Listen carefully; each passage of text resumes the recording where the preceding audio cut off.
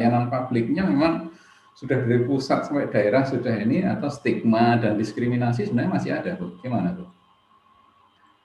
Baik, menarik sekali Pak Ranto, dan saya kira ini pertanyaan penting yang bisa diketahui teman-teman semuanya. Benar sekali apa yang ditanyakan oleh Pak Ranto mengenai keterkaitan situasi tahun 65 terhadap penghayat kepercayaan.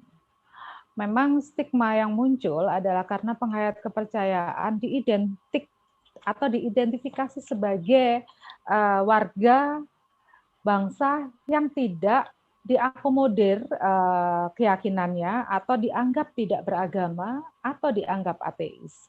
Sehingga saat tahun 65 memang banyak yang kemudian berlindung di bawah agama, apakah itu Nasrani ataupun Muslim atau kepada agama yang lain. Situasinya memang seperti itu. Nah, saya tadi sempat menyampaikan bahwa sebelum tahun 65 masih ada sekitar hampir 500 organisasi.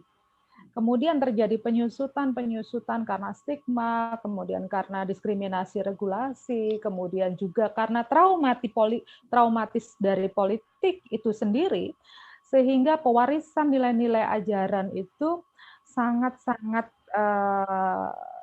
terbatas di internal komunitas penghayat itu sendiri. Itu yang pertama. Kemudian bagaimana situasi hari ini pasca putusan MK? Sesungguhnya dari legal formal dari apa yang sudah diakui oleh negara bahwa penghayat kepercayaan bagian dari nilai-nilai atau bagian daripada agama. Sesungguhnya ini merupakan pintu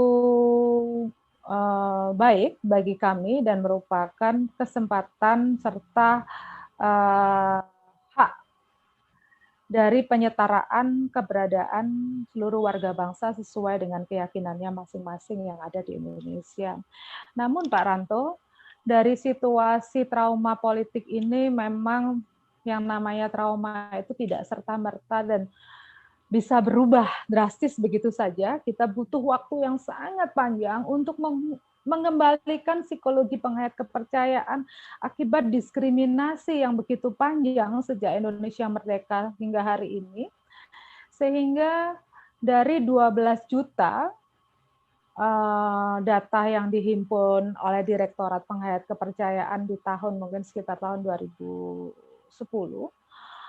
itu ketika kolom agama di dalam KTP itu sudah boleh mencantumkan penghayat kepercayaan di situ, masih banyak sekali penghayat kepercayaan yang belum berani mencantumkan identitasnya sebagai penghayat kepercayaan, sehingga mereka masih mengadopsi atau penghayat kepercayaan masih berafiliasi kepada agama di identitas KTP-nya. Tapi sebenarnya itu adalah penghayat kepercayaan. Hanya untuk bagaimana kemudian penghayat kepercayaan ini diterima di dalam kehidupan masyarakat, dia tidak terimbas oleh stigma, karena memang belum seluruhnya situasi ini mengembalikan cara pandang dan cara pikir masyarakat terhadap keberadaan penghayat kepercayaan itu sendiri. Seperti itu.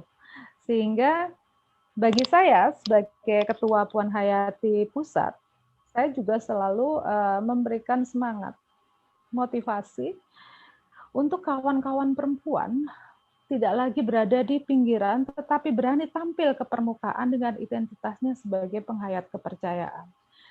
Ini memang butuh perjalanan panjang, butuh kesabaran, karena mengembalikan psikologi atas trauma masa lalu itu memang sangat luar biasa.